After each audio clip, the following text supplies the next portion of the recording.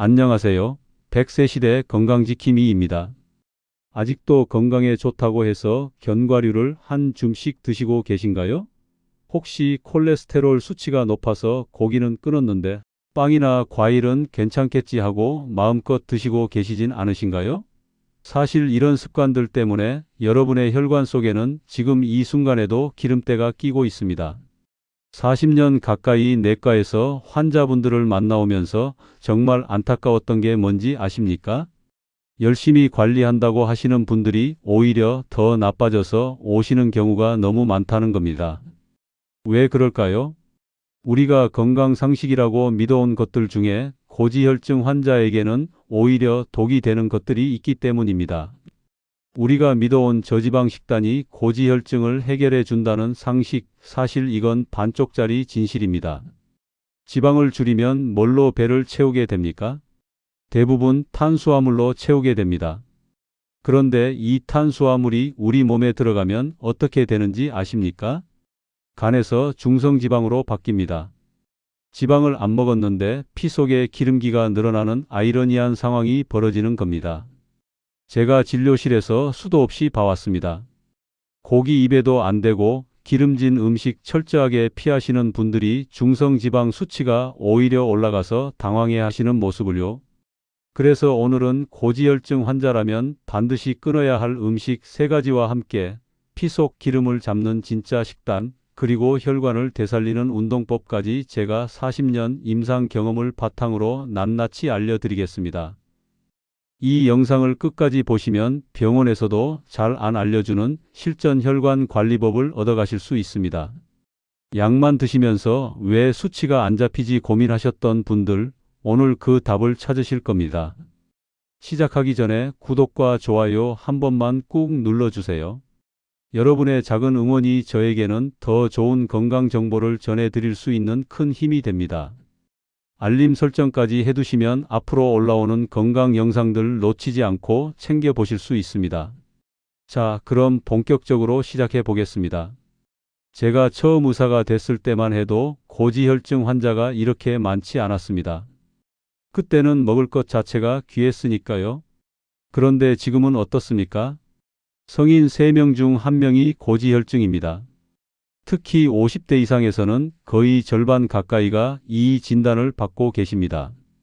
그만큼 우리 식생활이 바뀌었다는 뜻이고 그만큼 관리가 중요해졌다는 뜻이기도 합니다. 고지혈증이라고 하면 많은 분들이 콜레스테롤만 생각하십니다. 그래서 콜레스테롤이 높은 음식, 예를 들면 계란 노른자나 새우 같은 것들을 무조건 피하려고 하시죠. 물론 틀린 말은 아닙니다. 하지만 이게 전부가 아닙니다. 고지혈증에는 크게 2가지가 있습니다.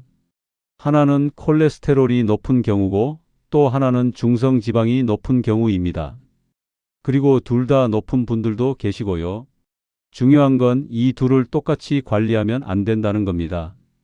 콜레스테롤이 높은 분들은 포화지방과 트랜스지방을 줄이는 게 핵심입니다. 삼겹살, 버터, 크림 이런 것들 말이죠. 그런데 중성지방이 높은 분들은 지방보다 탄수화물을 줄이는 게 더 중요합니다. 특히 정제된 탄수화물, 당분이 많은 음식들이 중성지방을 확 올립니다. 그래서 본인이 어떤 유형인지를 먼저 아는 게 중요합니다.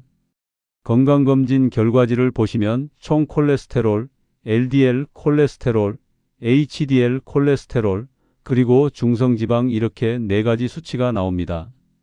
이 중에서 LDL이 나쁜 콜레스테롤이고 HDL이 좋은 콜레스테롤입니다. 중성지방은 별도로 표기가 되어 있고요.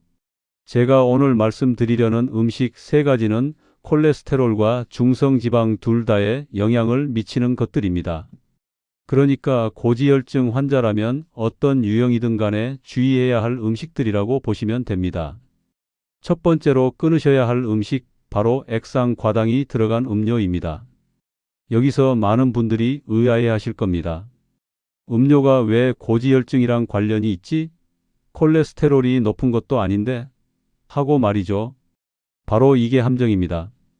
액상과당이 우리 몸에 들어가면 간에서 곧바로 중성지방으로 전환됩니다. 일반 설탕보다 더 빠르게, 더 효율적으로 지방을 만들어냅니다. 그래서 달달한 음료를 습관처럼 드시는 분들은 피 속에 기름기가 계속 쌓일 수밖에 없습니다.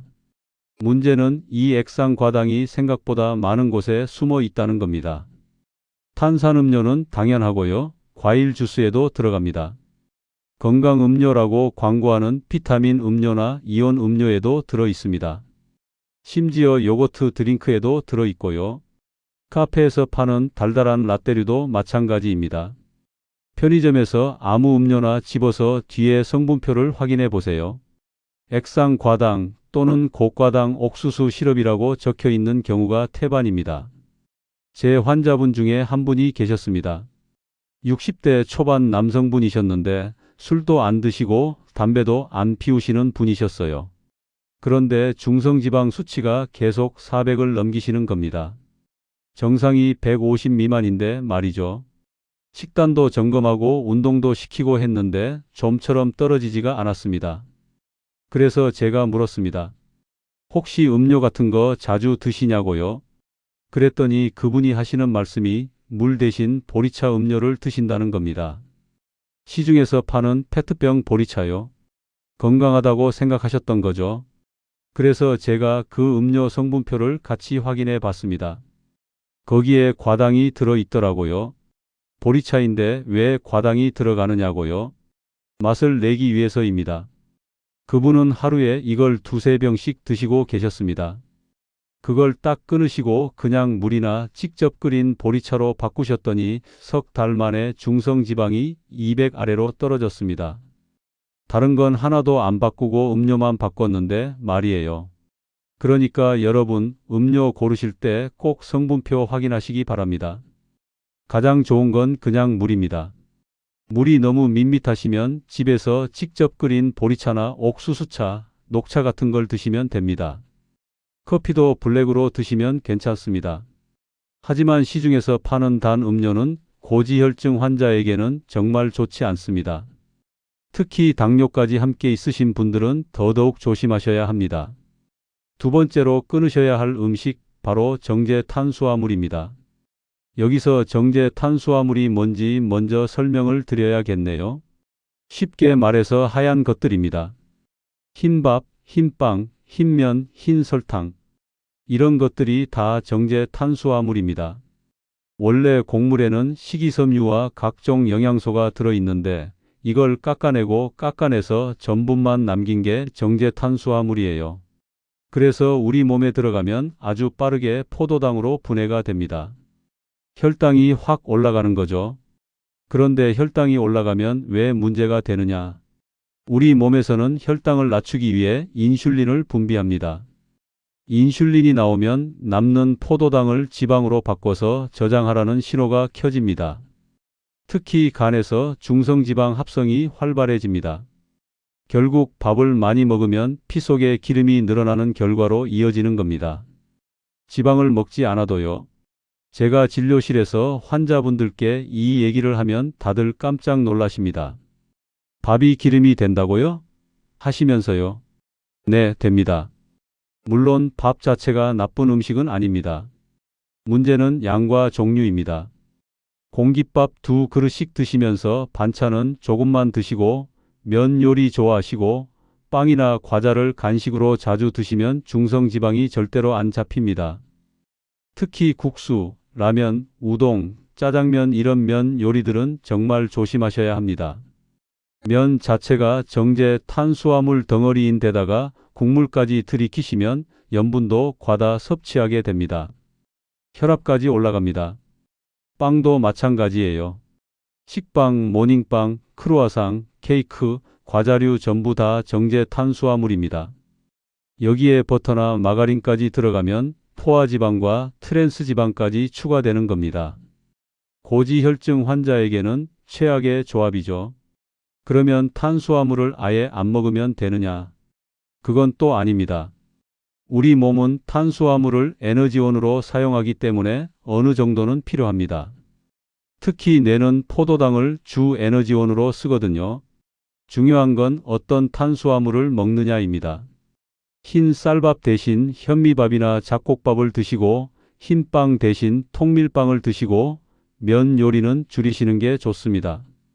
같은 양을 먹어도 식이섬유가 많이 들어있으면 혈당이 천천히 올라가고 인슐린 분비도 급격하지 않게 됩니다. 그만큼 중성지방 합성도 줄어드는 거죠. 밥 양도 중요합니다. 공깃밥 기준으로 한 끼에 3분의 2 이하로 드시는 게 좋습니다. 그리고 밥보다 반찬을 먼저 드세요.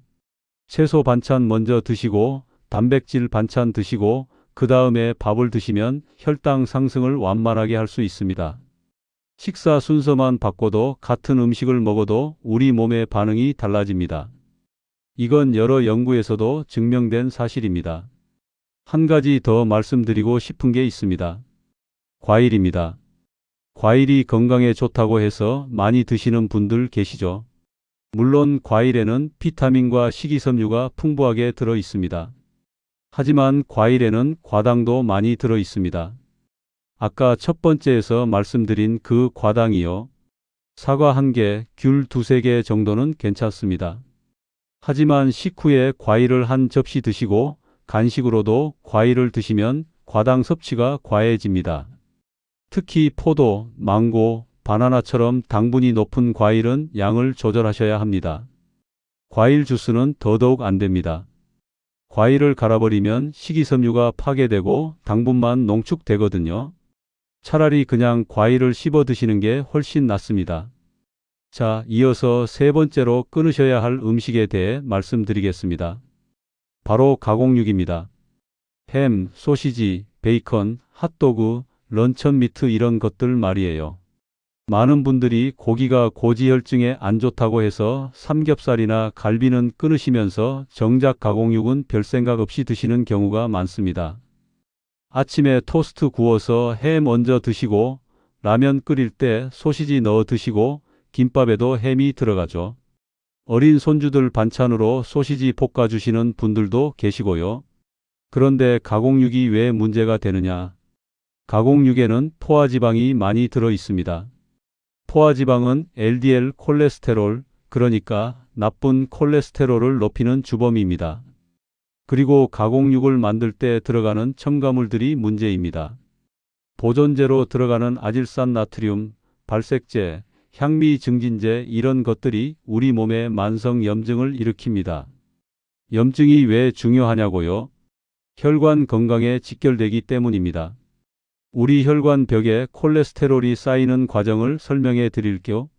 혈액 속에 LDL 콜레스테롤이 많아지면 이게 혈관 벽 안쪽으로 파고 들어갑니다. 그러면 우리 몸의 면역 세포들이 이걸 처리하려고 모여들어요. 이 과정에서 염증 반응이 일어납니다. 염증이 반복되면 혈관 벽이 두꺼워지고 딱딱해집니다. 이게 바로 동맥경화의 시작입니다. 그러니까 콜레스테롤만 문제가 아니라 염증도 같이 잡아야 혈관을 지킬 수 있는 겁니다. 가공육은 이 두 가지를 다 악화시킵니다. 포화지방으로 콜레스테롤을 높이고 첨가물로 염증을 유발하고요. 거기에 나트륨까지 엄청나게 들어 있습니다. 햄 2~3장만 먹어도 하루 나트륨 권장량의 상당 부분을 채우게 됩니다. 나트륨이 많으면 혈압이 올라가고 혈압이 높으면 혈관에 가해지는 압력이 세지면서 동맥경화가 더 빨리 진행됩니다. 고지혈증 환자분들 중에 고혈압을 동반하고 계신 분들이 정말 많거든요.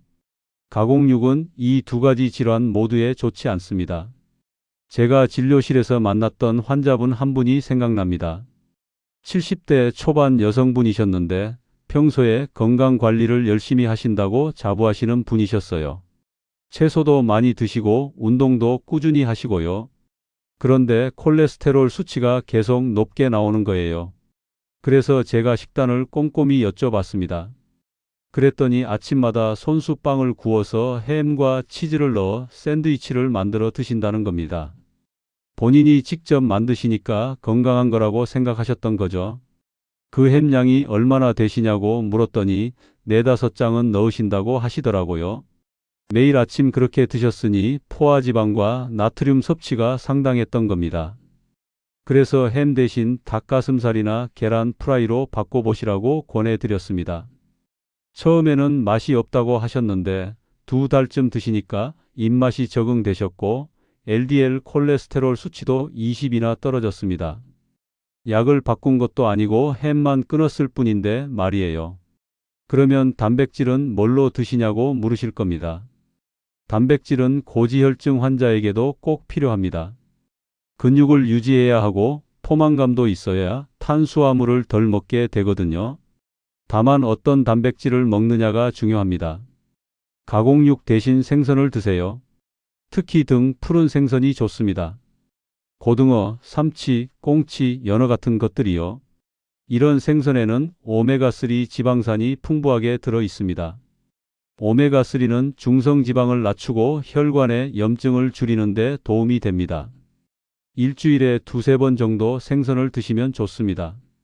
닭고기도 괜찮습니다. 다만 껍질은 벗기고 드셔야 합니다. 닭껍질에 포화지방이 많이 들어 있거든요. 닭가슴살이 가장 좋고 닭다리살도 껍질만 제거하면 괜찮습니다. 조리할 때는 튀기지 마시고 굽거나 삶아서 드세요. 두부도 좋은 단백질 공급원입니다. 두부에 들어있는 식물성 단백질은 콜레스테롤 수치에 영향을 주지 않습니다. 오히려 두부에 들어있는 이소플라본이 혈관 건강에 도움이 된다는 연구 결과도 있습니다. 계란에 대해서도 말씀드려야겠네요. 예전에는 계란 노른자가 콜레스테롤 덩어리라서 고지혈증 환자는 먹으면 안 된다고 했었죠. 그런데 최근 연구들은 좀 다른 얘기를 합니다. 음식으로 먹는 콜레스테롤이 혈중 콜레스테롤에 미치는 영향이 생각보다 크지 않다는 거예요. 오히려 포화지방이나 트랜스지방이 더 큰 영향을 미친다는 겁니다. 그래서 하루에 계란 1개 정도는 대부분의 고지혈증 환자분들이 드셔도 괜찮습니다. 다만 이미 콜레스테롤 수치가 아주 높으시거나 당뇨병이 함께 있으신 분들은 주치의와 상담해 보시는 게 좋겠습니다. 자, 지금까지 고지혈증 환자가 끊어야 할 음식 3가지를 말씀드렸습니다. 다시 정리하면 첫째 액상 과당이 든 음료, 둘째 정제 탄수화물, 셋째 가공육입니다. 이 3가지만 끊어도 여러분의 혈관은 분명히 달라집니다. 제가 40년 가까이 환자분들을 보면서 확인한 사실입니다. 이제부터는 피 속 기름을 잡는 식단에 대해 좀 더 구체적으로 말씀드리겠습니다. 뭘 끊어야 하는지 아는 것도 중요하지만 뭘 먹어야 하는지 아는 것도 그에 못지않게 중요하거든요. 첫 번째로 권해드리는 식품군은 식이섬유가 풍부한 음식들입니다. 식이섬유는 우리 몸에서 소화되지 않고 장을 통과합니다. 이 과정에서 콜레스테롤을 붙잡아서 몸 밖으로 배출시키는 역할을 합니다. 특히 수용성 식이섬유가 그렇습니다. 수용성 식이섬유는 물에 녹으면 젤처럼 끈적끈적해지는데 이게 담즙산과 결합해서 콜레스테롤이 재흡수되는 걸 막아줍니다.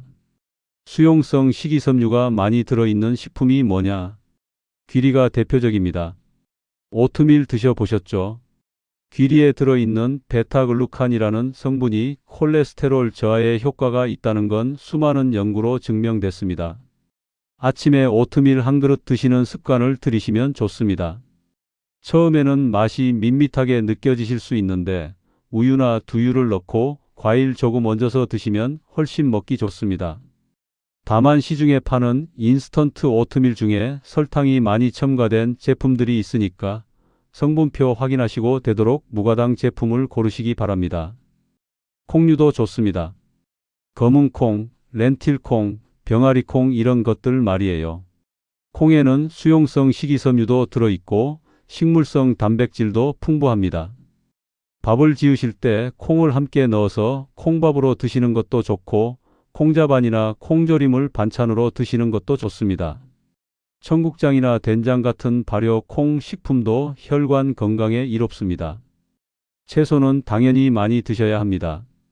특히 잎채소들, 시금치, 배추, 상추, 깻잎, 브로콜리 이런 것들을 충분히 드세요.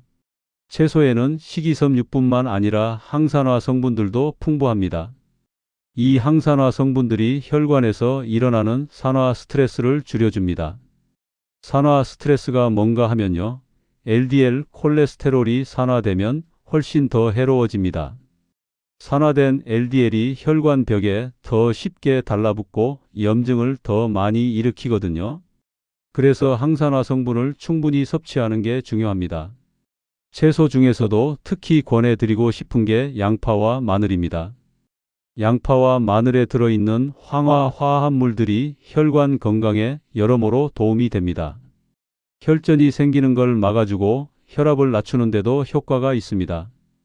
매일 요리에 양파와 마늘을 넉넉히 넣어서 드시면 좋습니다. 다만 양파를 많이 드시면 속이 쓰린 분들이 계신데 그런 분들은 생으로 드시지 마시고 익혀서 드시면 한결 낫습니다. 두 번째로 권해드리는 건 건강한 지방을 섭취하는 겁니다. 지방이라고 다 나쁜 게 아닙니다. 아까 말씀드린 것처럼 포화지방과 트랜스지방은 줄여야 하지만 불포화지방은 오히려 혈관 건강에 도움이 됩니다. 불포화지방에는 단가불포화지방과 다가불포화지방이 있습니다. 단가불포화지방은 올리브 오일, 아보카도, 견과류에 많이 들어 있습니다. 다가불포화지방은 오메가3와 오메가6로 나뉘는데 오메가3가 특히 혈관 건강에 좋습니다. 올리브 오일 얘기를 좀 해볼게요. 지중해 지역 사람들이 심혈관 질환 발생률이 낮다는 건 유명한 사실이죠. 그 비결 중 하나가 올리브 오일입니다.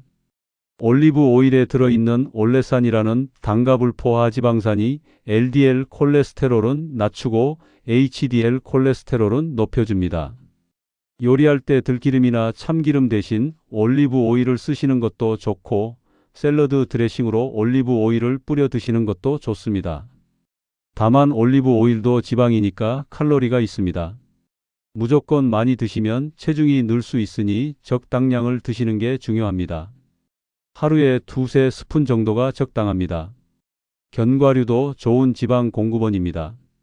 호두, 아몬드, 잣, 피스타치오 같은 것들이요. 특히 호두에는 오메가3 지방산이 들어있어서 혈관 건강에 아주 좋습니다. 하루에 한 줌 정도, 그러니까 호두 기준으로 7~8알 정도 드시면 적당합니다. 그런데 여기서 주의하실 점이 있습니다. 견과류가 좋다고 해서 한 봉지씩 드시면 안 됩니다. 견과류는 칼로리가 아주 높거든요. 호두 한 줌이 밥 반 공기 칼로리입니다. 과하게 드시면 체중 증가로 이어지고 비만은 고지혈증을 악화시킵니다. 그러니까 견과류는 적당량만 드시는 게 핵심입니다. 세 번째로 말씀드리고 싶은 건 식사의 규칙성입니다. 뭘 먹느냐도 중요하지만 어떻게 먹느냐도 못지않게 중요합니다. 고지혈증 환자분들 중에 식사를 불규칙하게 하시는 분들이 꽤 계십니다. 아침을 거르시거나 저녁을 늦게 드시거나 밤참을 드시거나요. 이런 식습관이 혈중 지질 수치에 영향을 미칩니다. 특히 아침을 거르시면 안 됩니다. 아침을 안 드시면 점심때 과식하게 됩니다. 공복 시간이 길어지면 우리 몸은 다음에 음식이 들어왔을 때 지방으로 저장하려는 경향이 강해집니다. 생존 본능이에요. 그래서 같은 양을 먹어도 3끼 나눠 먹는 것보다 2끼 몰아 먹는 게 살이 더 찌고 혈중 지방 수치도 더 올라갑니다. 아침에 입맛이 없으시더라도 오트밀 한 그릇이나 삶은 계란 한 개라도 드시고 시작하시는 게 좋습니다. 저녁 식사 시간도 중요합니다. 잠들기 3시간 전에는 식사를 마치시는 게 좋습니다. 늦은 시간에 음식을 드시면 소화가 다 안 된 상태에서 잠이 들게 되고 그러면 대사가 제대로 안 이루어집니다. 특히 탄수화물을 늦은 저녁에 드시면 중성지방으로 전환되기 쉽습니다. 밤에 출출하시더라도 참으시거나 정 드시고 싶으시면 채소 스틱이나 무가당 두유 같은 가벼운 것으로 대체하시기 바랍니다. 음식을 드시는 속도도 생각해 보셔야 합니다. 빨리 드시면 뇌에서 포만감을 느끼기 전에 과식하게 됩니다. 음식이 입에 들어가서 포만감 신호가 뇌에 도달하기까지 약 20분이 걸린다고 합니다. 그러니까 천천히 꼭꼭 씹어서 드시면 같은 양을 먹어도 더 배부르게 느껴집니다. 한 숟갈 떠서 20번 이상 씹으시고 다 삼킨 다음에 다음 숟갈을 드시는 습관을 들여보세요. 처음에는 답답하게 느껴지시겠지만 몇 주만 하시면 적응이 됩니다. 자, 이제부터는 혈관을 되살리는 운동법에 대해 말씀드리겠습니다. 식단만큼이나 중요한 게 바로 운동입니다.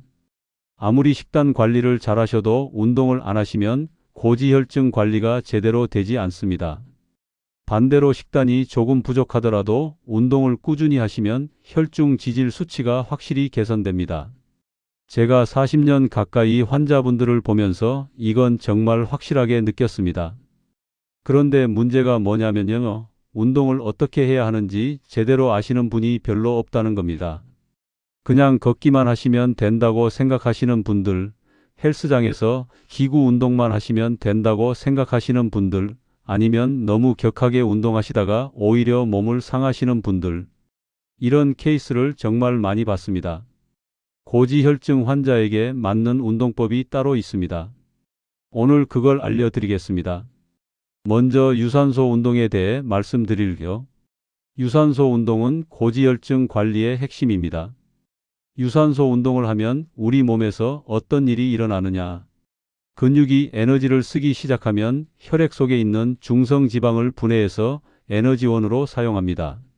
운동을 하면 할수록 피 속의 기름기가 줄어드는 거예요. 그리고 유산소 운동을 꾸준히 하시면 HDL 콜레스테롤, 그러니까 좋은 콜레스테롤 수치가 올라갑니다. HDL은 혈관 벽에 쌓인 콜레스테롤을 쓸어 담아서 간으로 가져가는 역할을 합니다. 청소부 역할이죠. HDL이 높을수록 혈관이 깨끗하게 유지되는 겁니다. 그러면 어떤 유산소 운동을 해야 하느냐? 가장 좋은 건 빠르게 걷기입니다. 왜 빠르게 걷기가 좋으냐면요. 누구나 할 수 있고 부상 위험이 적고 그러면서도 효과는 확실하기 때문입니다. 특히 50대 이상 분들께는 달리기보다 빠르게 걷기를 권합니다. 달리기는 무릎과 발목에 충격이 가거든요. 이미 관절이 안 좋으신 분들은 달리기 하시다가 오히려 무릎을 망가뜨리십니다. 그러면 운동을 아예 못하게 되죠. 그것보다는 관절에 부담이 적은 빠르게 걷기를 오래 하시는 게 훨씬 낫습니다. 빠르게 걷기의 기준이 뭐냐고요? 옆 사람과 대화할 수 있지만 노래는 부르기 어려운 정도의 속도입니다. 숨이 약간 차고 이마에 땀이 살짝 맺히는 정도요. 시속으로 따지면 5.5에서 6.5km 정도 됩니다. 이 속도로 걸으시면 심박수가 적당히 올라가면서 지방 연소가 활발하게 일어납니다.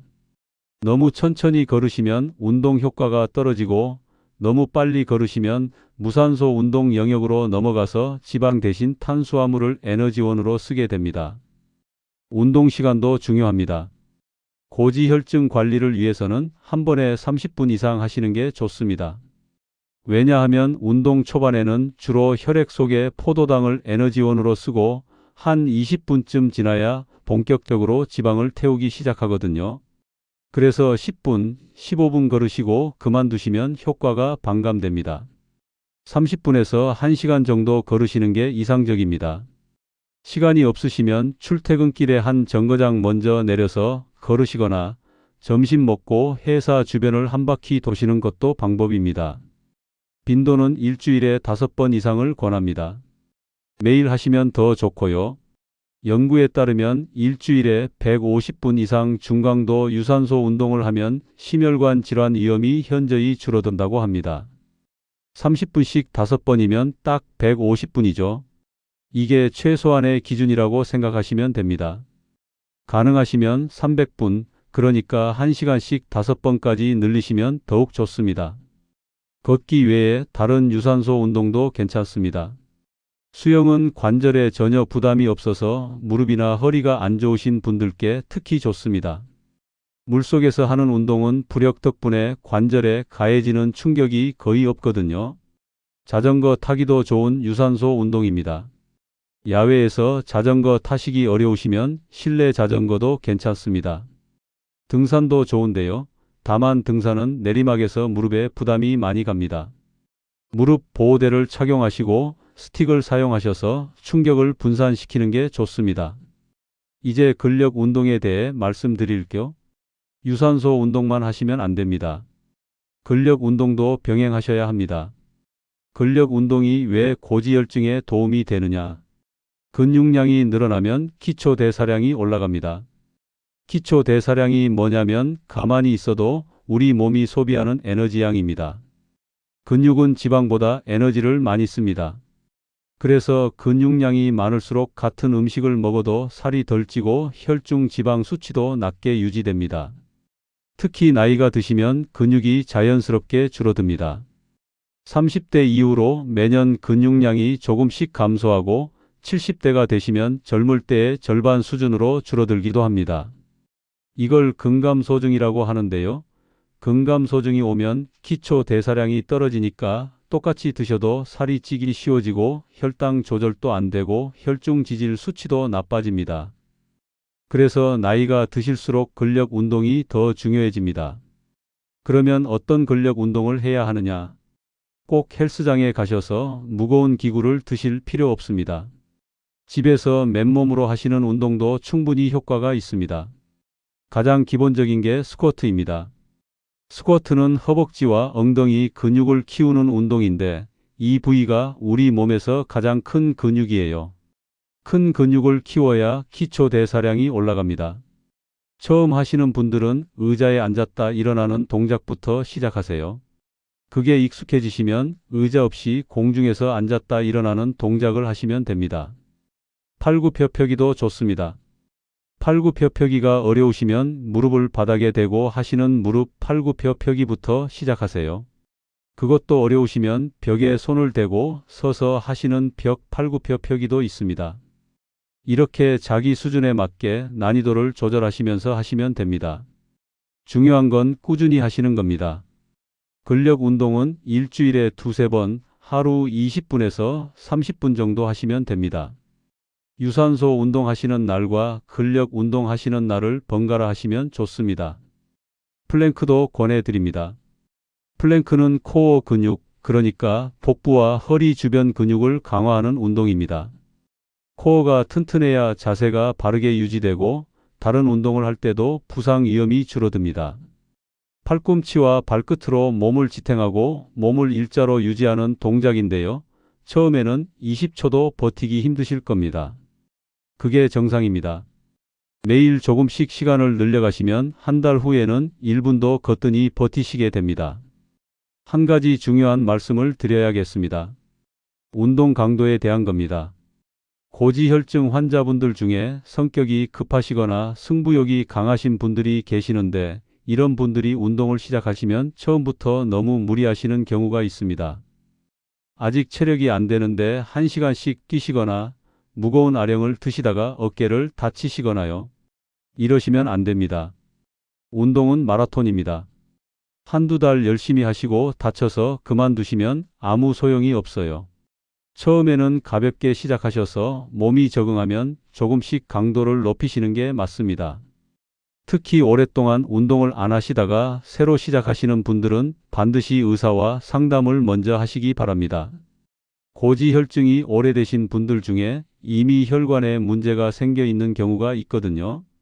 동맥경화가 진행되어 있는 상태에서 갑자기 격렬한 운동을 하시면 오히려 위험할 수 있습니다. 운동 부하 검사 같은 걸 받아보시고 자기 심장이 어느 정도 강도까지 감당할 수 있는지 확인하신 다음에 운동을 시작하시는 게 안전합니다. 운동 시간대에 대해서도 말씀드릴게요. 언제 운동하시는 게 좋으냐고 물으시는 분들이 많습니다.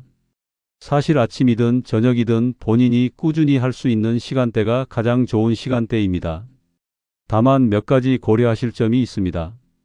아침 공복에 운동하시면 지방 연소에는 효과적일 수 있지만 혈당이 낮은 상태에서 운동하시면 어지러우실 수 있습니다.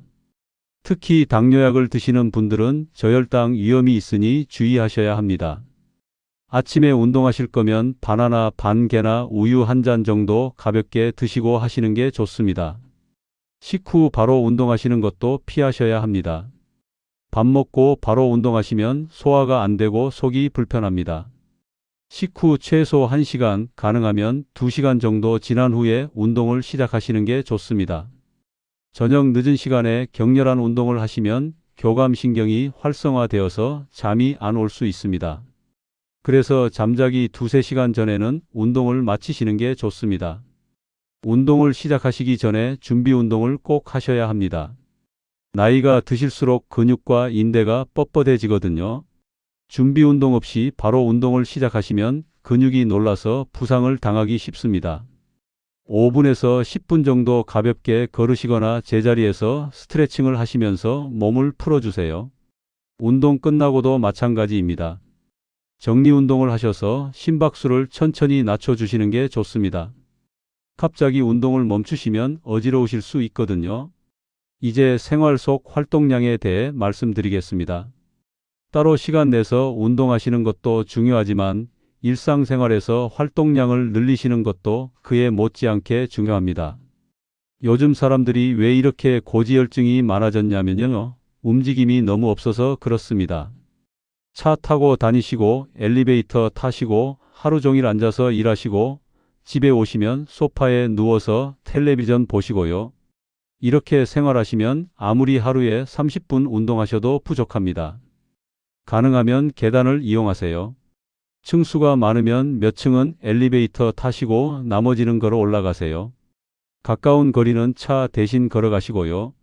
장 보러 가실 때도 일부러 집에서 먼 마트에 가셔서 걸어 다니시는 것도 방법입니다. 텔레비전 보실 때도 소파에 누워 계시지 마시고 간단한 스트레칭이라도 하시면서 보세요. 이런 작은 활동들이 쌓이면 하루 칼로리 소비량이 상당히 늘어납니다. 앉아 있는 시간을 줄이시는 것도 중요합니다.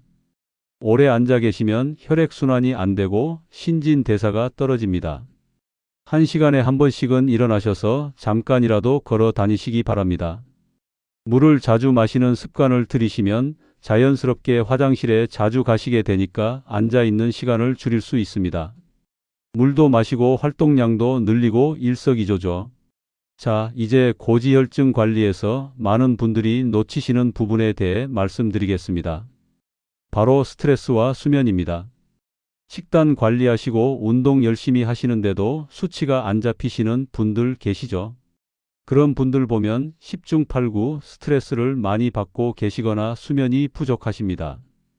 이 두 가지가 혈중 지질 수치에 미치는 영향이 생각보다 큽니다. 스트레스를 받으면 우리 몸에서 코르티솔이라는 호르몬이 분비됩니다. 코르티솔은 스트레스 호르몬이라고도 불리는데요. 이게 분비되면 간에서 포도당 생성이 촉진되고 지방 분해가 억제됩니다.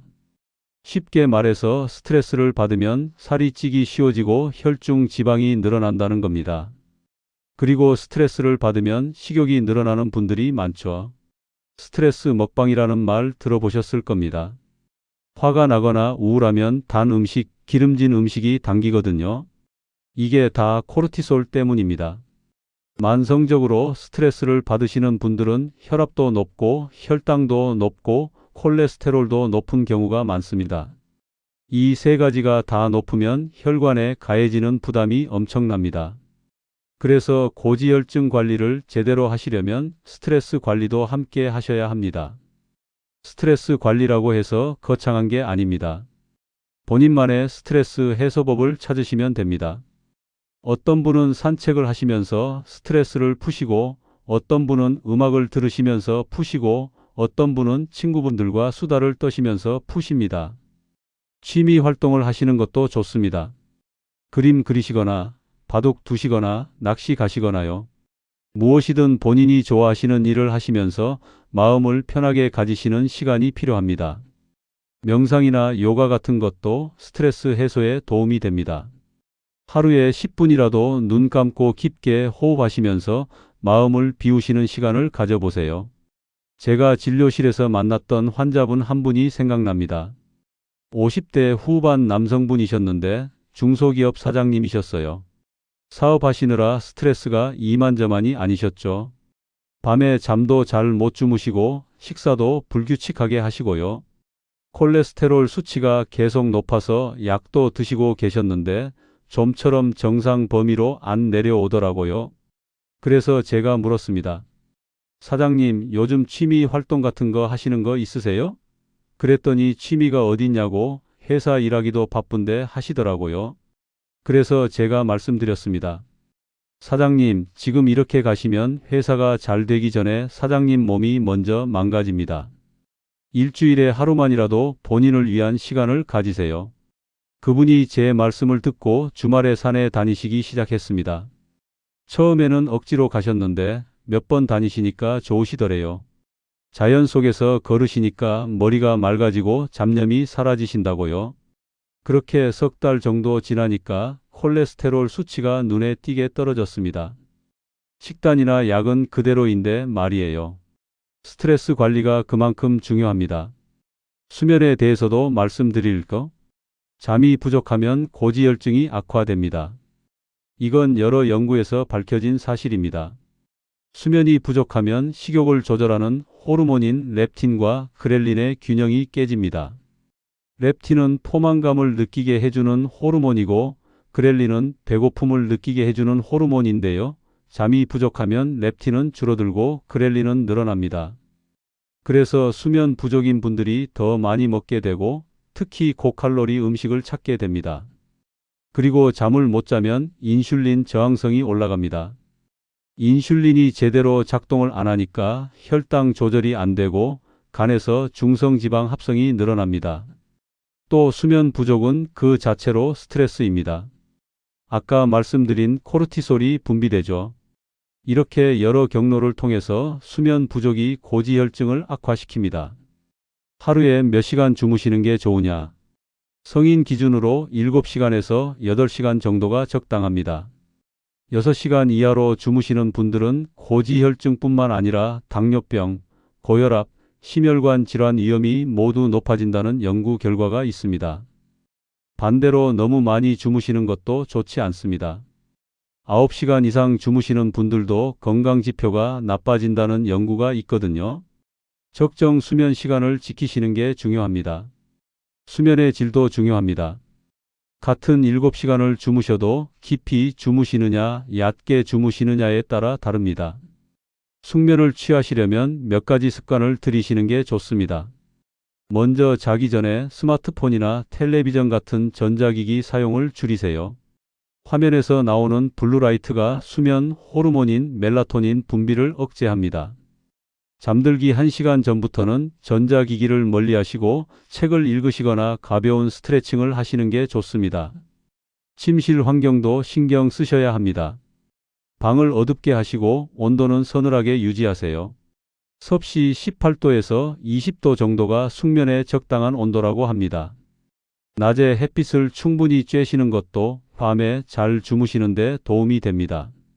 낮에 활동량을 늘리시면 밤에 피곤해서 잘 주무시게 되고요. 운동하시면 수면의 질이 좋아진다는 연구도 많습니다. 다만 아까 말씀드린 것처럼 잠자기 직전에 격렬한 운동을 하시면 오히려 잠이 안 오니까 주의하시기 바랍니다. 낮잠에 대해서도 말씀드릴 거. 낮잠을 주무시는 분들이 계신데 30분 이내로 가볍게 주무시는 건 괜찮습니다. 하지만 낮에 한두 시간씩 길게 주무시면 밤에 잠이 안 옵니다. 그러면 수면 리듬이 깨지면서 오히려 전체적인 수면의 질이 떨어집니다. 낮잠은 짧게 주무시고 밤에 충분히 주무시는 습관을 들이시기 바랍니다. 이제 약 복용에 대해 잠깐 말씀드리겠습니다. 고지혈증 진단을 받으시면 많은 분들이 약을 처방받으시죠. 스타틴 계열 약이 가장 많이 쓰이는데요. 이 약이 콜레스테롤 수치를 낮추는 데는 확실히 효과가 있습니다. 그런데 간혹 이런 분들이 계십니다. 약을 드시니까 수치가 좋아졌다고 생활습관 관리를 소홀히 하시는 분들이요. 약이 다 해결해 주겠지 하시면서 음식도 아무거나 드시고 운동도 안 하시고요. 이러시면 안 됩니다. 약은 보조수단입니다. 기본은 생활습관 개선입니다. 약만 드시고 생활습관을 안 바꾸시면 약 용량이 점점 늘어나게 되고 나중에는 약으로도 조절이 안 되는 상태가 됩니다. 그리고 스타틴 약은 근육통 같은 부작용이 생기시는 분들도 계시거든요. 생활습관을 잘 개선하시면 약 용량을 줄이실 수도 있고 운이 좋으시면 약을 끊으실 수도 있습니다. 물론 약 용량 조절이나 중단은 반드시 주치의와 상의하셔야 합니다. 임의로 약을 끊으시면 안 됩니다. 반대로 약 먹기 싫다고 버티시는 분들도 계십니다. 자연식으로 고치겠다, 운동으로 고치겠다 하시면서요. 그 마음은 이해합니다.